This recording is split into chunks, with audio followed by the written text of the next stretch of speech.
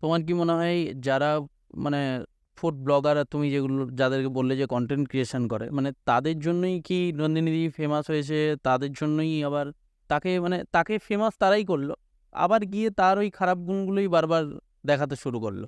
মানে যাকে ফেমাস করলো, যার খাবার গুণ এত ভালো লাগে, যাকে দেখিয়ে এত বড় ফেমাস করলো, পরবর্তীকালে গিয়ে তারই কেন ওই মানে ডাউনগুলোই দেখিয়ে তাকে আবার তারাই নিচে নামালো?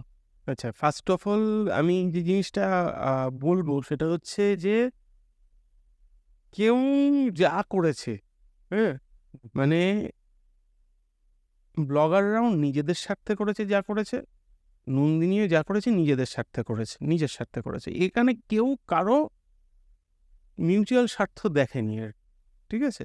যদি সেটাই হতো তাহলে সেটা ডিসিপ্লিনড ওয়েতে হতো। মানে আমি তোমাকে আরও খুলে বলছি যে আমরা ফুড ব্লগিং করি, আমরা একটা জায়গায় প্রমোশন করি।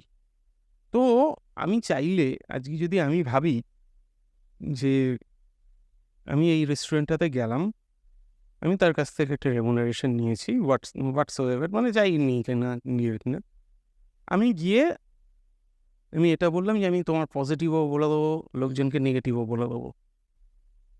এটাতে কেসটা কী হবে? এটাতে আমার বিশাল বেনিফিট হবে। লোকজন বলবে হ্যাঁ খুব সৎ লোক একেবারে, ঠিক আছে? কিন্তু কেসটা কী হবে যে সেই রেস্টুরেন্টটার মানে একেবারে অবস্থা খারাপ হয়ে যাবে, তাই তো? মানে তোমাকে এই জায়গাটাতে একটা মিউচুয়াল জিনিস বুঝতে হবে যে একটা রেস্টুরেন্ট বলো বা যে কোনো একটা জয়েন্ট বলো, যে কোনো একটা এফার্ট বলো, সেটার পিছনে যে খুলছে তার একটা এফার্ট থাকে। এবারে সে তো তার পার্সপেক্টিভ থেকে খুলছে। ধরে নাও যে ফর এক্সাম্পল আমি স্টুডিওটার বিষয়ে বলছি, যে যিনি বানিয়েছেন ওনার মনে হলো যে এই স্টুডিওটাতে আমি এরকম ওয়ার্লিং করবো, এই জায়গাটাতে এই জিনিসগুলো একজন পার্টিকুলার লোকের সেটা পছন্দ নাই হতে পারে, হতেই তো পারে। কিন্তু ধরে নাও একজন এসে এই স্টুডিওটাতে ঢুকে, যে ভদ্রলোক এত এফর্ট দিয়ে একটা ভাবনা চিন্তা করে বানিয়েছে, তাকে এটা কি হয়েছে, এটা ভালো না, মশাই আপনি কিছু জানেন না, ইয়ে টিয়ে, আরে আমি বলে দিচ্ছি কিরকম ইয়েটা করতে হয় জিনিসটাতে। তুমি আমাকে পাতি বাংলা ভাষায় বলো, আমি ওয়ার্ডটা ইউজ করে বলছি যে সেই লোকটা ঝাঁট জ্বলবে কি জ্বলবে না? জ্বলবে, কারণ উনি একটা এফর্ট দিয়েছেন রে ভাই। তুমি সেখানে গিয়ে, হতেই পারে পজিটিভ নেগেটিভ থাকতেই পারে, আমার কি দরকার নেগেটিভ জিনিসটাকে আমার হাইলাইট করে? তাতে আমার বেনিফিট হবে, সেই প্রপার্টির তো তুমি কিছু ভালো করতে পারছো না। আমার বক্তব্য হচ্ছে তুমি যদি ভালো করতে না পারো তাহলে অন্তত খারাপটা করো না। তো আমি যে জিনিসটা পার্টিকুলারলি করে থাকি, আমি একটা জায়গায় গেলে তার পজিটিভ জিনিসগুলো এরকম হতে পারে না কেউ 100% ভালো, কেউ 100% খারাপ, হয়তো ভালো আর খারাপের পার্সেন্টেজটা ভ্যারি করে। তো আমি যেই জিনিসটা চেষ্টা করি যে ভালো দিকগুলোকে হাইলাইট করার।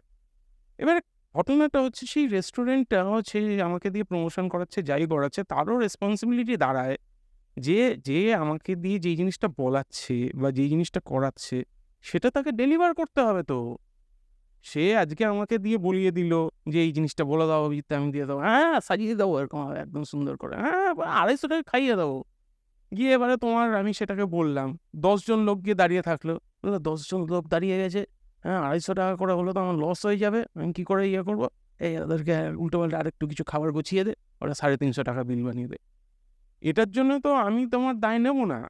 এর জন্য লোকে আমাকে গালাগালি করতে পারে, কিন্তু এর জন্য তো আমি দায় নেব না। তো কেসটা কি? কেসটা হচ্ছে যে এই যে পজিটিভ আর নেগেটিভের বিষয়ে যেরকম আমার দায়িত্ব আছে যে আমি তোমার প্রপার্টিটার আমি কোনো ক্ষতি করছি না, তোমারও একটা করসপন্ডিং দায়িত্ব আছে যে আমারও যাতে তুমি ক্ষতি না করো। আর যখনই এই মিউচুয়াল আন্ডারস্ট্যান্ডিংটা ব্যালেন্স হয় না, তখনই গিয়ে এই যে ঘটনাগুলো তুমি দেখতে পাচ্ছ, নন্দিনীকে ভালো করে দেওয়া হচ্ছে, নন্দিনীকে খারাপ করে দেওয়া হচ্ছে, এই ঘটনাগুলো ঘটে। নন্দিনী ও নন্দিনীর ইয়ের জন্য কোনো এক সময় ওরই কমেন্ট, আমার তো বক্তব্য না, ও নিজেই বলেছিল আমার ভয় হয় আমি কোনোদিনও রানুদির মতন যেন আমার অবস্থা না হয়। এটা ওর বক্তব্য, আমার বক্তব্য নয়। ওই নিজেই বলেছিল।